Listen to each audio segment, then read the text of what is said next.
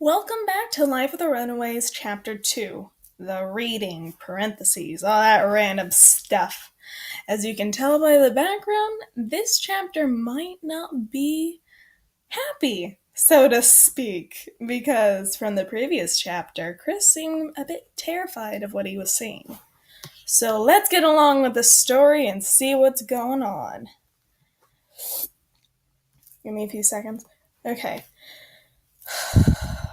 Chapter 2. Each wall had 7 pods. Each pod had a body in it, with a glowing green panel on the bottom of the pod. Chris slowly walked away from the wall and made his way to the first pod. The body inside it looked like it had been tied to its skeleton so tightly you could see the bones. Chris looked down at the panel. It had the vitals of the person, the name, and the powers. The person was John Pale. He was able to manipulate light, but he was dead, his heart no longer beating. Chris walked back and forth, looking at all the people, each one looking worse than the last. Finally, he came to the end. So far, what the elders had said was wrong.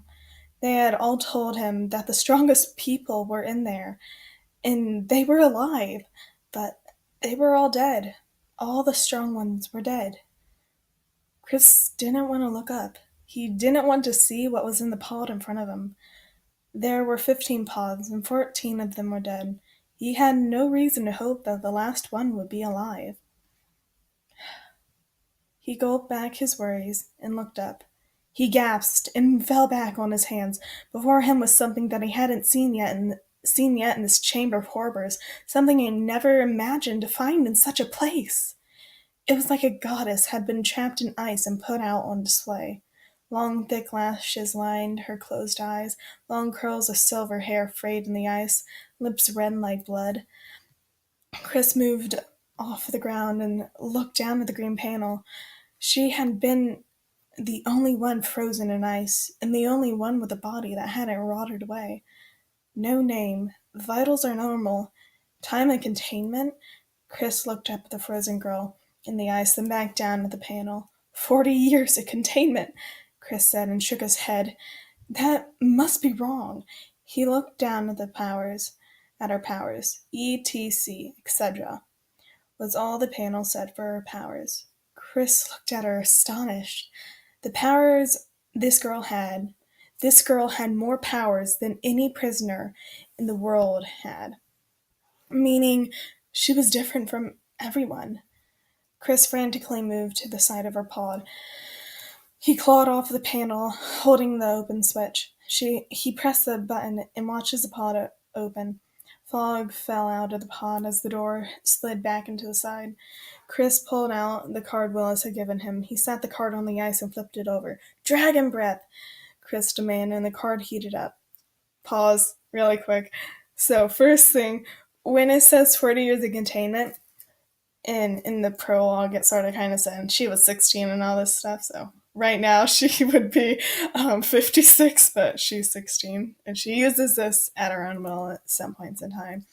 But so when she was captured, it was 2150, and when she is released, so to speak, it is now 2190.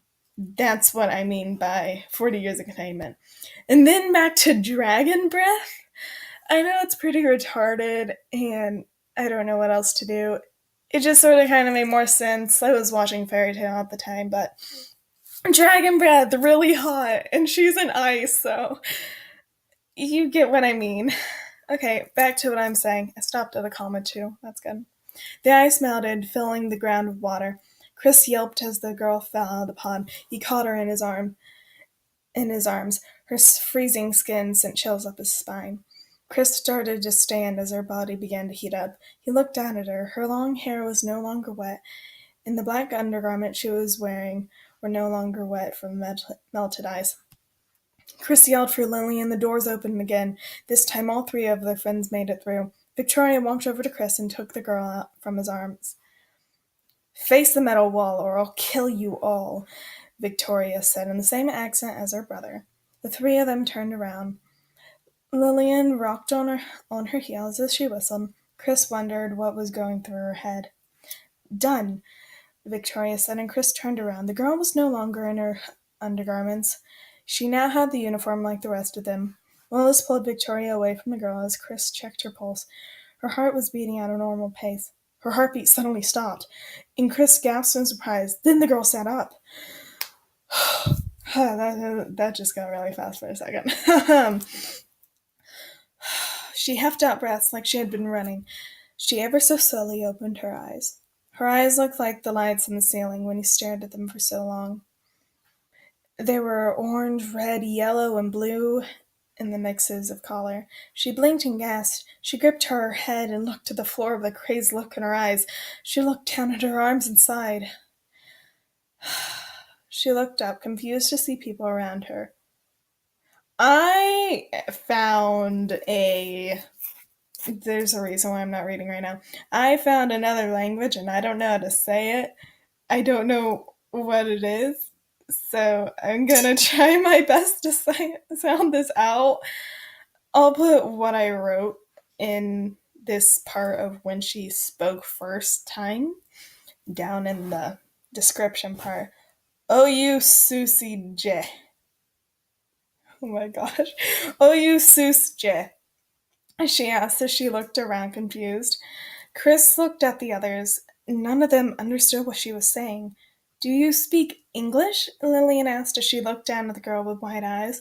The girl stared at her, then sighed. She pushed herself to her feet and looked back at her clothes.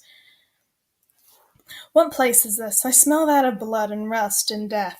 I suspect that this is a prison of sorts, the girl asked as she patted Lillian's hand. Chris and the twins shared a look.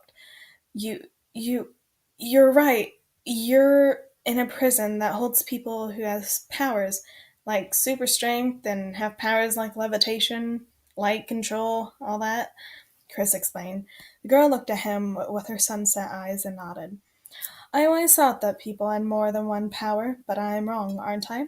She asked. Victoria nodded. The girl looked at her and gave an amused look. Now you two are twins. Your powers are one and the same, no? The ability to turn invisible, and you gain strength from the blood of the dead. Sadly, you still feel pain. The girl tapped a finger to her chin and shrugged. Oh, and you, she looked at Lillian, you have the ability to take the electricity from anything. And storing that energy in your body, you can use it to fry or kill something. I truly like your powers creation, she said, and Lillian smiled, flashing her sharp canines. Okay, wait, pause again. Powers creation. I have the definition of that on the comments. I'll read it in the next chapter because I feel like I'm running out of time. The girl looked at Chris. She studied him and moved closer. Clouded eyes from a recent fight, she said as she sat a hand on his cheek. He gulped. So much power, yet so little time to use it. She pulled her hand away and stared up at him. Only in darkness does your light shine blue. The blue blades of night. I never met someone who has such a strong connection to their own ability. She patted him on the chest. Good job.